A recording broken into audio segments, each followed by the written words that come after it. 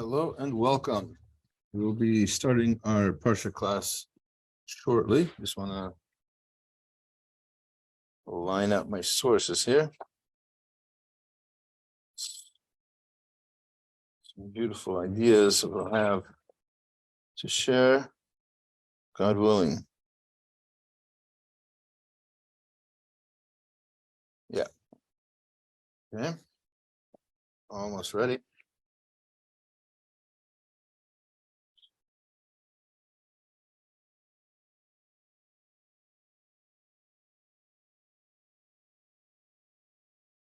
Yeah.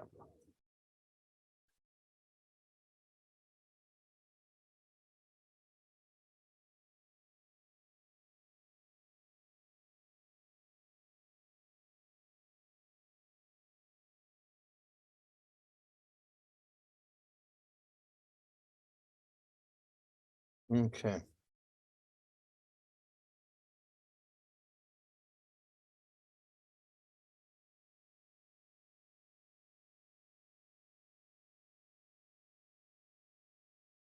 Almost ready. One quick other thing, and we should be ready to go. Sorry for the delay, and sorry we're starting late today. But other responsibilities had to be taken care of. Parshat Beha'alot'cha is an interesting parsha. There's a lot to talk about. There's in the middle of Beha'alot'cha is the word a lot. So there's a lot in Beha'alot'cha, and many concepts and parts of the story, and even several different mitzvot are all in the parsha. We start with the actual lighting of the menora by Aaron, the sanctification, the bringing into as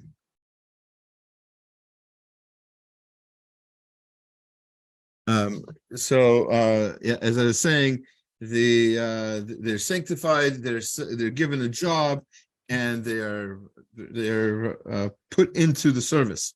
And we'll talk more about that in the class. We introduced the whole concept of the Pesach sheini, which again we'll also talk about during the class. The Jewish people travel with the clouds of glory. They leave Har Sinai and they go to places beyond. Eventually, people complain they don't have meat, they don't have other things, and Moshe complains about just being overwhelmed by how much he has to do for all of these people. And so H-Shem gives him the elders, the Zakanim, that help him in adjudicating law. And at that point, also the Jewish people are fed with the meat. Instead of meat, they're given slav, they're given pheasant, and with that they're able to eat. Besides the meat that they already had and the animals that they had, they apparently did not want to eat those. Either way, the Miriam and Aaron are later punished for criticizing Moshe, and we spoke about that in previous years. Quite a bit to say about that, but not for this year. And that is how the parsha ends in the preparation for next week's parsha, which is the parsha where the Jewish people send out the spies, as we'll see, God willing, next week. With no further ado, let's get right into our sources. Share my screen. I'll talk through it, I guess. Okay. So the source sheet today is not complete. It should be ready. Same address, the same link, which should work. But some of the sources were not scanned into it yet. But I have them here. I just haven't scanned them into there yet. So you have to take my word for it until you get it for yourself. All right. So the parsha begins with the menora. It's worth talking about a little bit, because there's something very confusing about this incident, and perhaps we'll get some clarity on it today. We have Rashi and we have Ramban, classic argument between the two of them about why the menorah is placed here. Now, remember, at the very, very end of Nassau, last week's parsha, the princes gave their gifts for the Mishkan. Okay, keep that in mind. And it was a very long piece. It was almost a third of the parshas, 80-something psukim, verses telling us all the details of everything that the princes brought, even though it was the same thing. And so it says, the Be'er El Aaron, says Moshe is commanded, speak to Aaron. Say to him, Beha'alot'cha et hanerot, go when you go up to light the menorah, to light the candles. These 7 lights should be lit in front of the menorah, in front of the center branch. Right, so there's altogether there are 7. There's 6 on each side and the one in the middle. And so, in some sense, the lights, right? He should light all. He definitely has to light all 7. Not in some sense. That's the only way to do it. And Rashi says there, Beha'alot'cha lama nismecha parshat menora the parshat hanesim. Why is it that the parsha of the menorah is placed next to the parsha of the gifts of the princes that we just mentioned? Lefi shara Aaron chanukat hanesim. When Aaron saw the whole procession of these princes every single day for the first 12 days of Nisan, to be bringing these gifts for the Mishkan, Cholsha Azdato, he became a little bit depressed, he became a little bit sad. Imahem b'Chanukah, he was not involved with these princes in this whole ceremony. He didn't bring any gifts. Lo hu v'lo shifto, not him, not his whole tribe. There were 12 tribes that all brought their gifts. The Kohanim, the Leviim, were not included. Amar lo HaKadosh Baruch Hu, so HaKadosh Baruch Hu said to him, Hayecha, I swear by your life, Shelcha, Gedola Mishalahen, yours is greater than theirs. She'ata madlik u'meitiv et hanerot, because you are lighting the candles. So it sounds like, from Rashi, that the entire point, the reason why Beha'alot'cha starts with Beha'alot'cha when you go up, in the name of the parsha, and then why it's placed next to the gifts of the princes, which is at the end of Naso, is because the gifts were given by the princes. Aaron felt bad, and H-Shem seems to have given Aaron this mitzvah of the nerod of the candles, almost like consolation prize, right? 3rd place. The Leviim, they did the right thing. They gave the gifts. You feel bad. You don't have a gift. You don't have the merit that they earned by giving these gifts. Don't feel so bad. You have this instead. The Ramban is very, very bothered by this. Very. It seems strange, he says, and we'll look at it inside. And it's worth seeing this inside. It's a beautiful, powerful Ramban. And you might have heard it at a different time of the year, as we'll discuss. But nevertheless, so he quotes the Rashi, and he says it's a Midrash Agada, which it was. Rashi's source was Tanchuma. And then he says, Velo.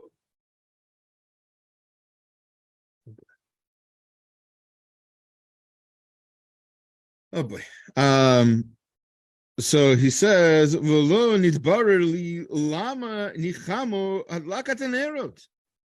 So Ramban says, as you might be wondering the same thing, how is this any kind of consolation? What is the menorah, lighting the menorah? How does that equal or something the merit that the Nesim earned? V'lo nichamo b'ktoret boker v'erev sheshivcho hakatuv yoshimu k'tora b'apcha. So, why wasn't it enough that he's doing the other thing? He's the Kohen Gadol, right? It's not like he has nothing else to do. He has lots of other mitzvot that compensate for the fact that he didn't do that mitzvah. He has got other mitzvahs. The menorah is one of them, granted, but so is the Ketoret. And as the Ramban says, the Torah praises the Ketoret. It says, before your presence, it says towards the end of Devarim, right? Yasimu Ketorah b'apecha. So it's going to be placed in front of you. Uvechol hakarbonot, mincha, chavitin. So we've got the chavitin, we've got all kinds of other sacrifices. Avodat yom, hakipurim, she'ena kshera, elabo. And then there's the service of the Yom Kippur that we're learning about in Mishnah Yomi right now, and the Mishnah in Yoma about all the details of what the Kohen Gadol does on Yom Kippur. That's some great mitzvot that nobody else does. Nobody else has those mitzvot. Shouldn't that be enough, Aaron? Shouldn't you be happy doing that? You need other people's mitzvot too? He goes in and out of the innermost Kodesh HaKadoshim, V'shehu Kodesh Hashem, Omer Beha'alot'cha V'sharto L'varech B'shmo. Hashem, he stands in front of Hashem. He's the only one who stands before Hashem. He ministers and blesses Hashem's name. V'shifto Kula Misharte Elokeinu, and his entire tribe are called the Misharte Elokeinu, the ministers of Hashem.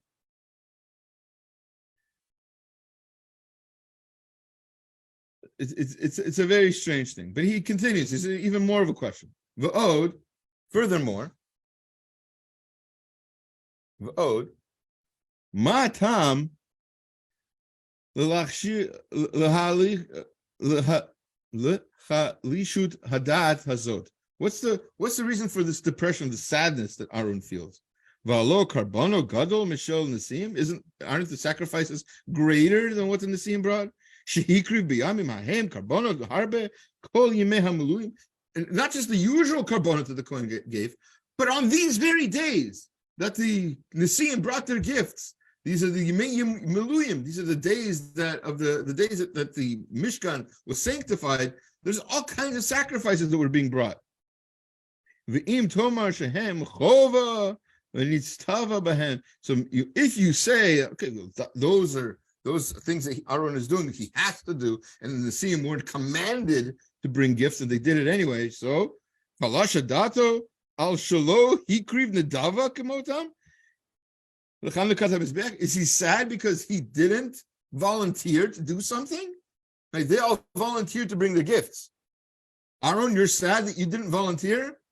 I have a solution for you. Volunteer, and you got this, right? It's maybe not appropriate for a parsha class, but Woody Allen had a famous joke, right? Now, I always wish I learned how to spell Connecticut, right? So learn how to spell Connecticut. That's the punchline. All right. Anyway, so you feel bad that you didn't bring gifts, so bring a gift.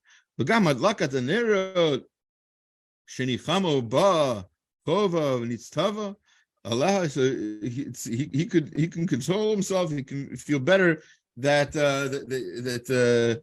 just by the lighting of the menorah is going to make him feel better. It doesn't make sense. Aval, of course, the Ramban would not argue with the Midrash. He might argue with the Rashi. He won't argue with the Midrash itself. So there has to be a point to this Midrash. And says the Ramban, there is. Aval inin ha'agada hazu. The point of this Midrash is not the way Rashi explains it. Hazu lidrosh remez min haparsha. It's to point out a hint in the parsha. The Torah gives hints to future events, to other concepts, right? And what exactly is the Torah predicting here? Al Chanukah shel Nerot shayta b'bayit sheini al yedei Aaron uvanav. What it's really talking about isn't that menorah that's being lit in the Mishkan every single day. It's a special menorah that was lit during the second Beit HaMikdash by the descendants of Aaron, which particularly Ritzoni Lomar Chashmonai Kohen Gadol Levanav, talking about the Chashmonaim, right? The Maccabees and the Kohen Gadol and his sons, right? Matityahu and his sons, who were Kohanim during the time of the Hanukkah miracle. and they lit the menorah, and that's what this parsha is talking about. You feel bad about the Nisim and the gifts that they brought? Don't worry, you will have descendants, the Maccabees, who are going to have the Hanukkah miracle, and they're going to light the menorah voluntarily when they don't have to. He says, "Ubelashon hazeh matzatiha b'megillat starim l'Rabbeinu Nisim." The Rabbeinu Nisim, famous of the Gaonim, who wrote Megillat Starim, which is a collection of halacha, agadata, explanations of philosophy, etc. Shehizkir ha'agada hazod v'amar. He mentions this particular agada, and he says, "Reitu b'midrash kevan shekrivu shneim asar shvatim lo hikriv Levi." He said that when the 12 tribes brought their gifts, and Levi did not bring his gifts, Amar Kadosh Baruch Hu Moshe, the Beha'alot'cha Aaron ve'amartei elav yesh Chanukah teret sheyesh ba hadlakat nerot. There will be another Chanukah. There will be another dedication of the Mishkan, a dedication of the Beit HaMikdash in that case, where there will also be a lighting of the menorah, and that will be equal to these gifts that these princes are bringing. So we're not talking about just a regular lighting of the menorah. We're talking about a particular lighting of the menorah of the Hanukkah miracle, and that is what gave Aaron his comfort. And that's what and those, you see how those are somewhat equal. Ramban goes on to say that there's other allusions to this miracle, that this is about Hanukkah, etc. Now, I wanted to show you something that is not so well known, and you can look at the Ramban later. The Ramban later goes on to some other proofs, some rather Kabbalistic ones as well. But so far, I think we understand the point. Again, Rashi said that the reason that we have Beha'alot'cha after the gifts of the Nisim is because Aaron felt bad.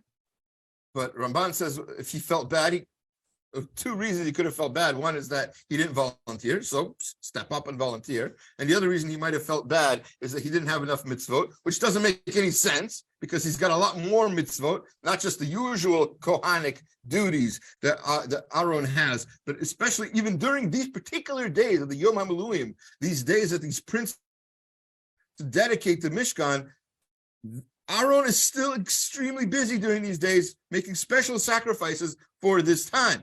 So there's really nothing for him to be upset about.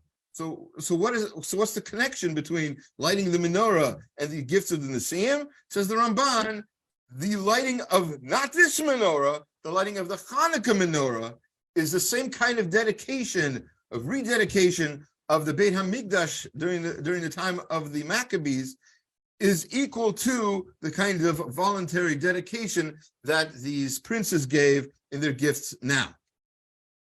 So that's the Ramban, that's the Rashi. I'm not exactly sure that there's anybody who defends, there probably is somebody who defends Rashi against the Ramban in this point, but it's worth noting that sometimes it's not really an argument. In this case, it's more of an explanation. In other words, yes, Rashi is right that Aaron felt bad, but why did he really feel bad, and how did this comfort him?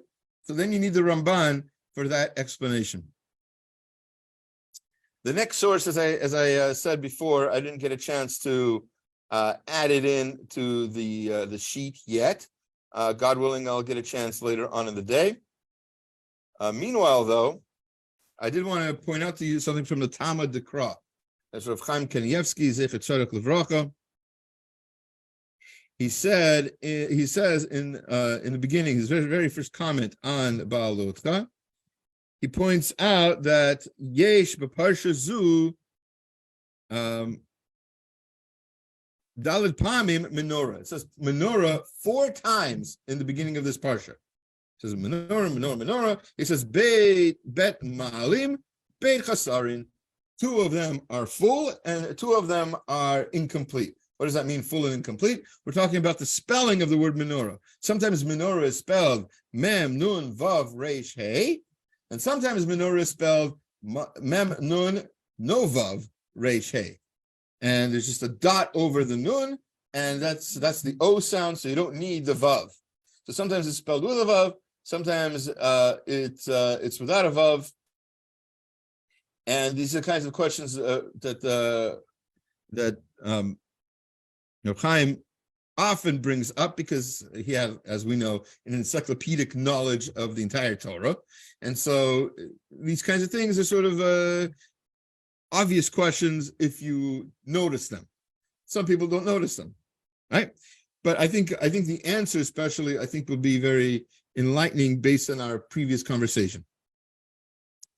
V'yesh lomar, you could say the hine ha-menora she'asa Moshe hayta kayemet b'bayit harishon. How many menorahs were there altogether? So before you start spouting out your knowledge of the fact that Shlomo HaMelech made like 12 menorahs, etc., you should know that those 12 menorahs were not used. Those are decorative menorahs, right? They're like the menorah on the emblem of the Knesset. You know, they're just or on the Ark of Titus. God forbid. They're not the menorah. They're images. They're just decorative images, right? So how many menorahs were actually made?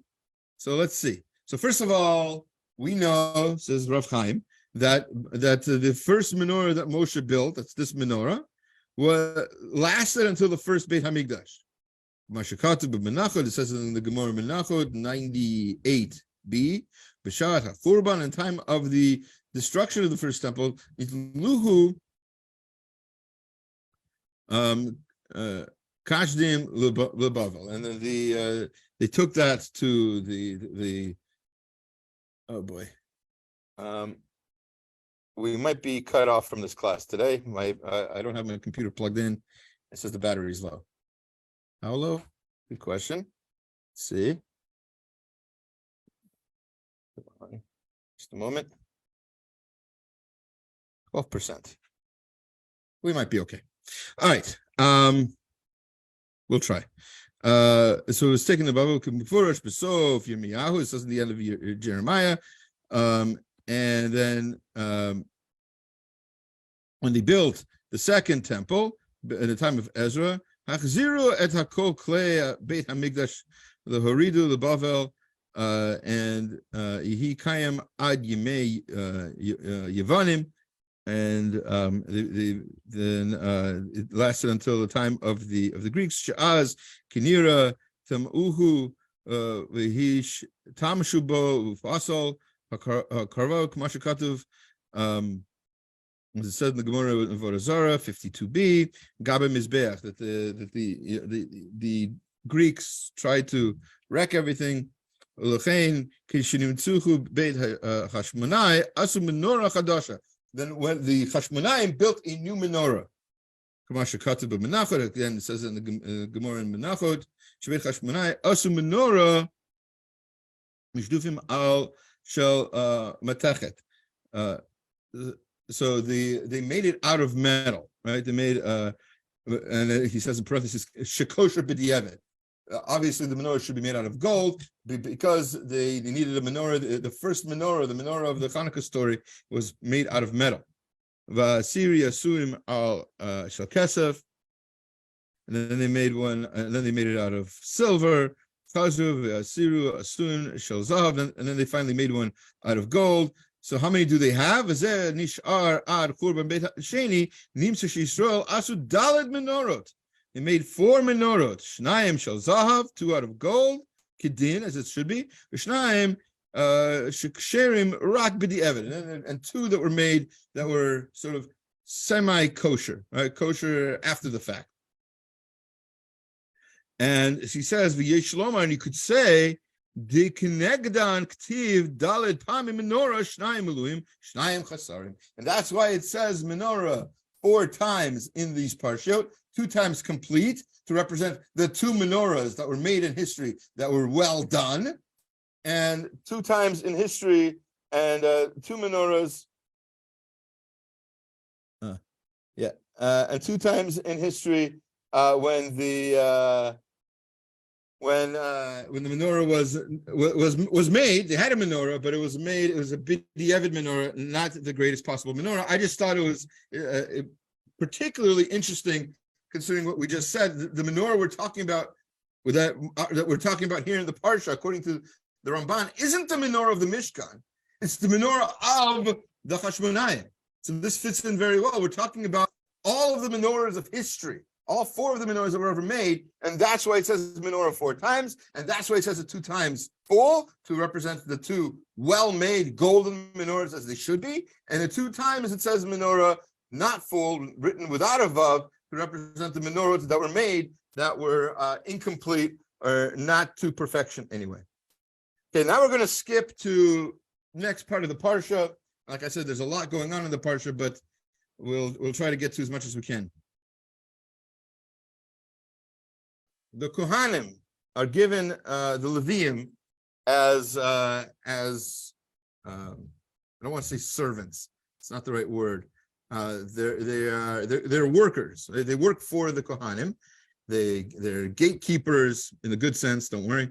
They protect the Mishkan. They make sure the Jewish people don't get hurt.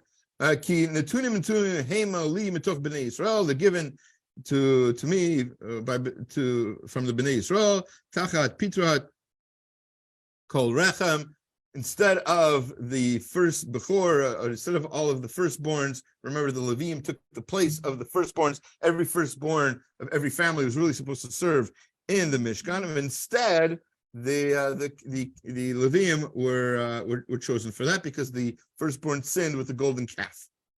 Okay, it's a quick reminder. Kol b'nei Yisrael, lakachti otam li, they're all me, they're all mine. Ki li kol b'chor b'nei Yisrael, be'adam b'behema, really the firstborn of every person, every animal should be mine from b'nei Yisrael. Miyom hakoti kol b'chor be'eretz Mitzrayim, hikdashti otam li. By the time that I killed the firstborns of Mitzrayim, these became mine, right? Because I didn't kill them, they are sort of mine. They're kind of, they're in my clutches. If you want to think of H-Shem that way, I don't. And so the Leviim take the place instead of the firstborn people of Bnei Yisrael. They were given to Aaron, they do the work of the Bnei Yisrael, and they obviously, the work in the Mishkan was done to the benefit of Bnei Yisrael. It was forgiveness, it was a cleansing, and so they're part of that.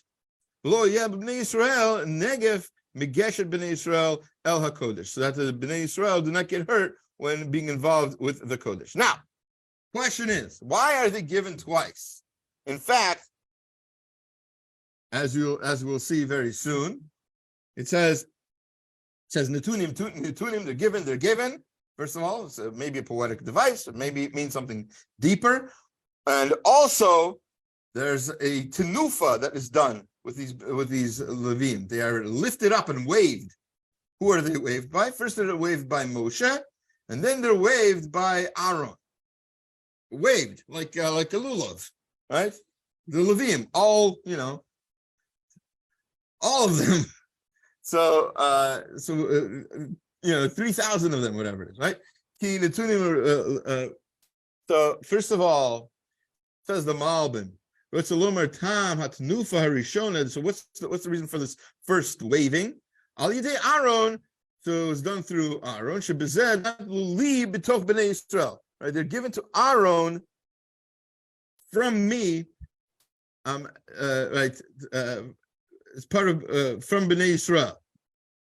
Tachat HaBechorim, instead of the firstborn, Mikudashim, that should have been sanctified. They're taking the Leviim instead of them. Alzeh Hanif Otam Aaron Shebezeh Misram Li. So that's why Aaron has to wave them, because they are given to him. Now we have to figure out why it had to be waved a second time. Al Yidei Moshe. Moshe waves them a second time, right? We said Aaron waves them the first time. Moshe waves them the second time. Why did Moshe has to wave them? They've already been waved. right? Once you've taken a lulav and waved it, you're done. You don't have to do it ever again. I mean, there's a halal. Okay, I get it. Okay, or the right. So anyway, Shemosha hu shliach mi'iti. Moshe is my shliach. Right? Moshe represents H-Shem in some way. Obviously, he's not H-Shem. H-Shem has a representative, a lawyer, say, right, down here on earth, and that's Moshe. Once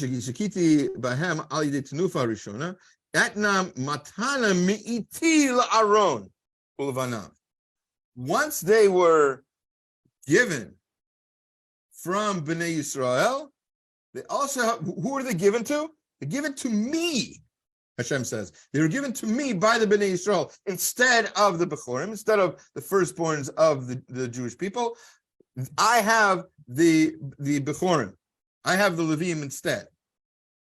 And then Moshe waves them because וזה מתוך בני ישראל כי לשרת את אהרון ובניו מעבודתם היה מוטל עד עתה על כל בני ישראל לא על הבכורים לבד. שבני ישראל היו צריכים לעבוד באוהל מועד. Really, the Jewish people should have been working in the אוהל מועד. לשאת את היה המשכן להקימו ולפרקו, ועתה נכנסה מתחתם לעבוד את עבודת בני ישראל באוהל מועד, לכפר רוצה לומר שעד עתה היו בני ישראל נכשלים בגשתם על הקודש. So the Jewish people have been replaced. Instead of the firstborns having to do the work of the Mishkan, now the Leviim do that work. והם יחפרו עליהם על מה שעד עתה לא הזהרו כראוי. So now they have this ability to bring kapara for the Jewish people. Excuse me. And they're able to get forgiveness for the Jewish people by doing the work of the Mishkan that the Jewish people should have been doing. That's from my end. But now that they work for the Leviim, now that they work for the Kohanim, they're a gift from me to them. So that's why there's two wavings. One waving represents Hashem taking, right, accepting these Leviim. They're mine. I'm shaking them. That's Moshe shaking them. And then there's another shaking. That's when they work for that's when they're a gift to the Kohanim. That is the second tenufa. So Malbim, that's the reason why these two were done through Moshe and through Aaron.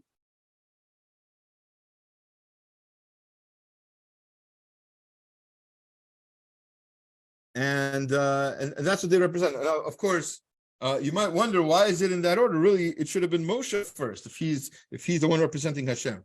So understand that Aaron represents when he does the snufa of the Leviim, says the Malbim, what he's doing is he's taking this gift for the Jewish people, and then Moshe, who is doing the word of Hashem, so he represents the Jewish people being these Leviim being given over to the Kohen. Okay.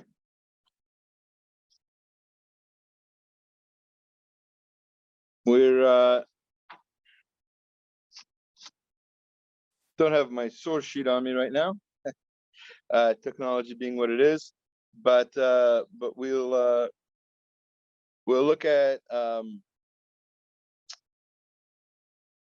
think the last piece I wanted to learn today anyway is found in Rashi. Give me a moment. Let me go grab a chumash with Rashi.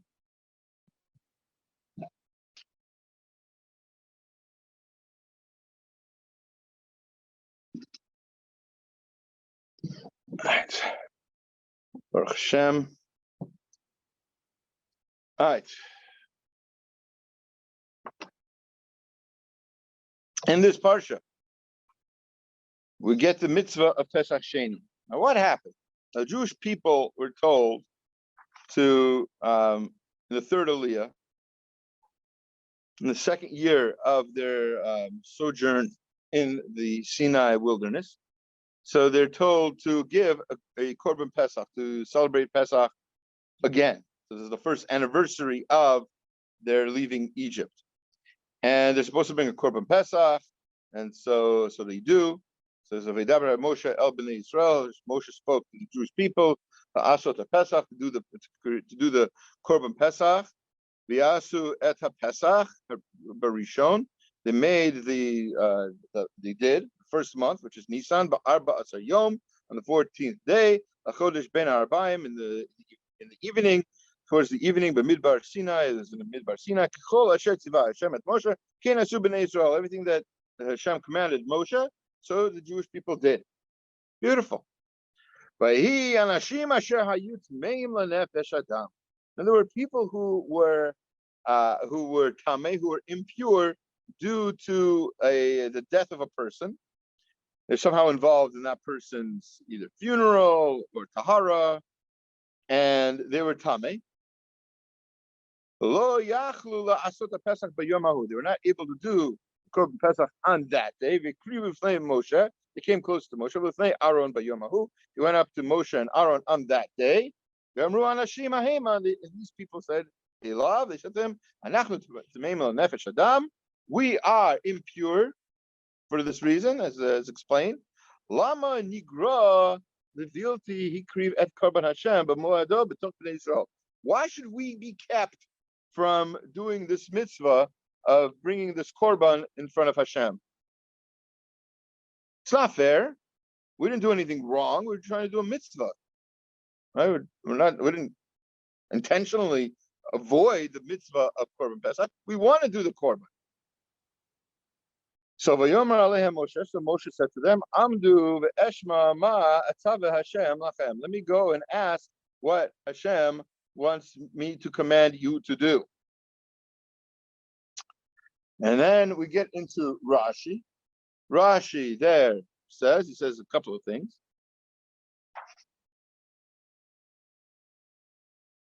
But amongst things, it says, Amar Lahem, the Moshe said to them, Amdu ve'eshma, stand where you are, and I'm going to find out what the answer is. Kitalmid. Moshe is like a Talmud, right? He's like a student. Shemuvtach lishmoa, who's sure he's going to get an answer. Mipi Rabba, directly from his teacher. Right? Ashrei Yulad Isha Shekach Muftach. Happy is the one who's born to a woman who is so obvious, so confident that they're going to get this kind of answer. Shekol Zman Shahaya Rodze, anytime he wants to. Hayamidaber Im Hashchina. He can go up and speak to the Shechina.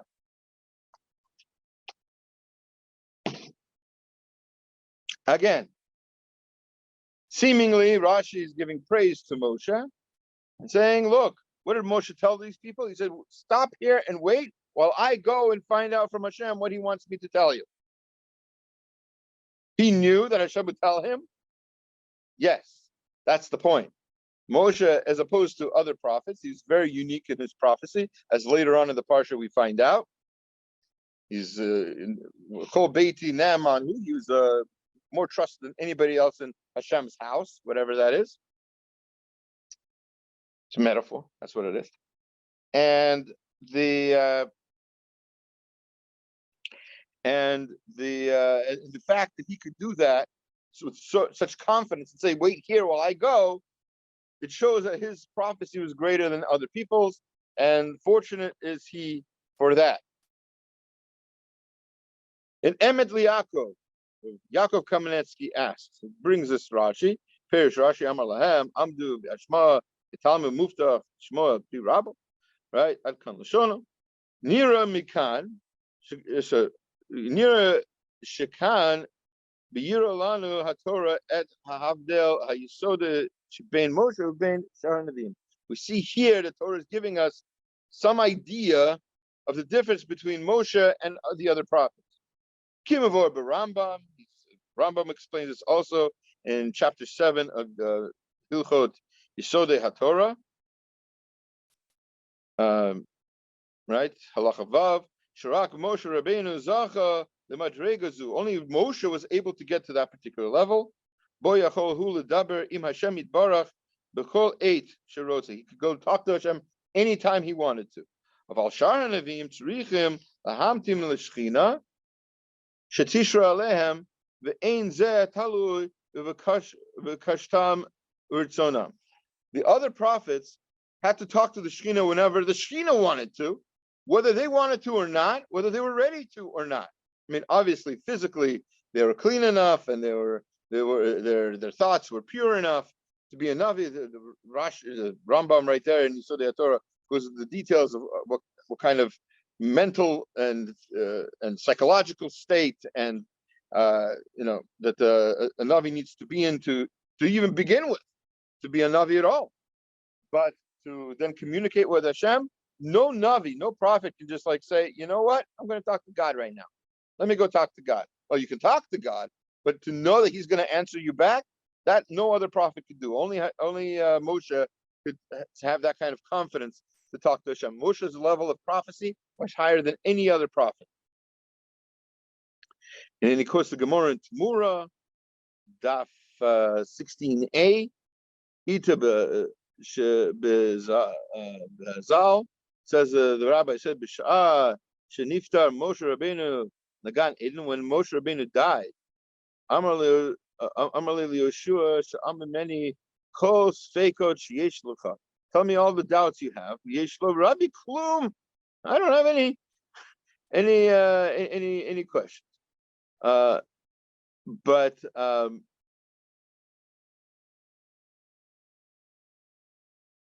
so, hold on a sec.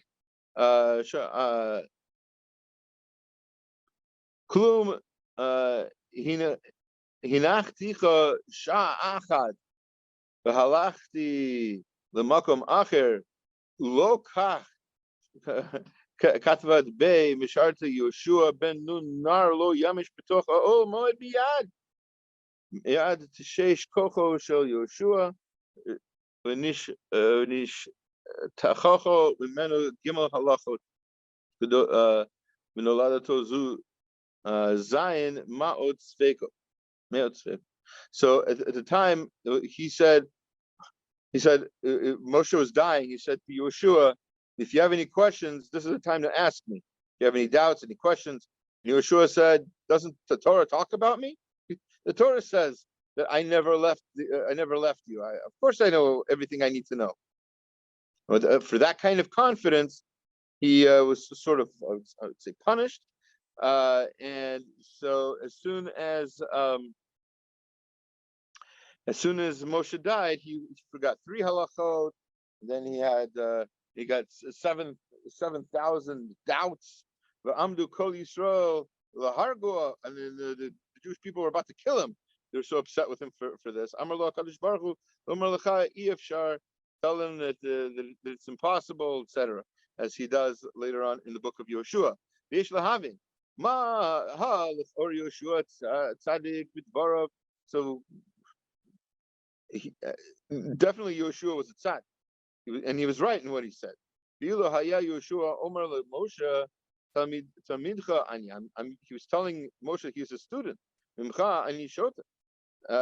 Omar na li mash ani chaser ma be'emet haya Moshe Omar Yoshua ha heker mesar lo et kol haTorah kula. Is it possible that Moshe had any doubt that Yoshua would be the one to carry on the Torah for him? Amam nira she'av Yoshua lamad at kol haTorah b'fi Moshe. We know that everything that Yoshua learned, he learned from the mouth of Moshe. But there's one concept in halacha he did not learn from Moshe. One thing he was missing. What's that? Hainu haklal shemasru lanu chazal.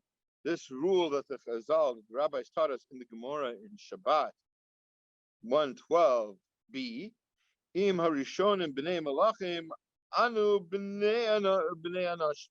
If the earlier generations of rabbis were angels, we're people. Im harishonim b'nei anashim, and if the earlier generation were people, anu kichamorim, we're like donkeys compared to them. V'hainu shekan haya Moshe melamdo miklal hagadol shel Chatimat HaTkufot. So this important lesson that Moshe is teaching Yoshua is that every generation drops down a notch from the previous generation. V'achshav, kishigia zmano shel Moshe Rabbeinu liftar legan Eden. This time it's time for Moshe to die.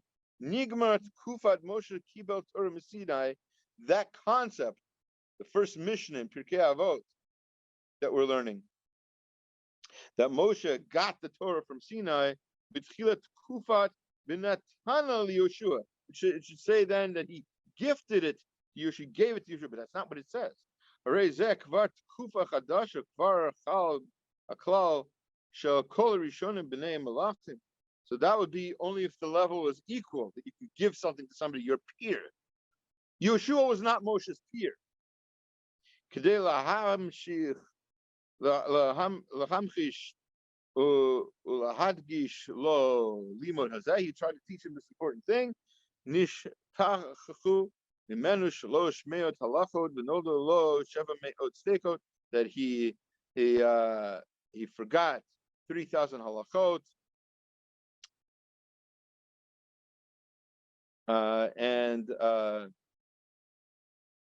So 300 malachot, and in 700 he got 700 doubts. And when he wanted to get them back, he said to H-Shem, this whole thing that happened in Yeshua, that it's impossible. Nachtama Kufat Moshe Shuv Torah La B'Shamayim Hi Shuv Ein Ani Yachol M'Sor Lecha Halachot Kol Zman She'ata Mevakesh. Lo B'Shamayim Hi. It's not just because you're praying to remember what Moshe what Moshe taught you. It's not going to give it to you. That's not how you get Torah. Torah isn't by praying. Praying is important, and praying will help you learn Torah. But you also need to learn Torah. Right? V'hainu shemoshe haya yochel lomar amdu shma ma etzava Hashem lachem. So Moshe was the one who was able to say, stand and wait while I get information from Hashem. Aval Yoshua kvar already einu yachol asur kain. Already Yoshua was not able to do that. Yoshua, just one generation later, was not able to do that. Harei shuv ein hu b'madragato shel Moshe. Even Yoshua was not on the level of Moshe. So it's an important klal, says Rabbi Yaakov, that we're learning here, and that's that every generation is a little bit weaker in Torah than the previous, and it's an important lesson that Rashi is pointing out here, that Moshe's level is so great that he was able to talk to the Shekhinah and get a response from the Shekhinah anytime he wanted to. And of course, we're never going to reach the level of Moshe, but it's our responsibility, like it was Yeshua's responsibility, to get as close as possible, to learn something, to learn more. Never be satisfied with what we know. Never think, I know enough Torah already. There's always more to know. There's beautiful lessons throughout the Torah and throughout Tanakh, throughout the Gemara. And God willing, we'll continue to learn together for many years to come and learn many of the important lessons of our Holy Torah. Have a good rest of your week and a Shabbat Shalom.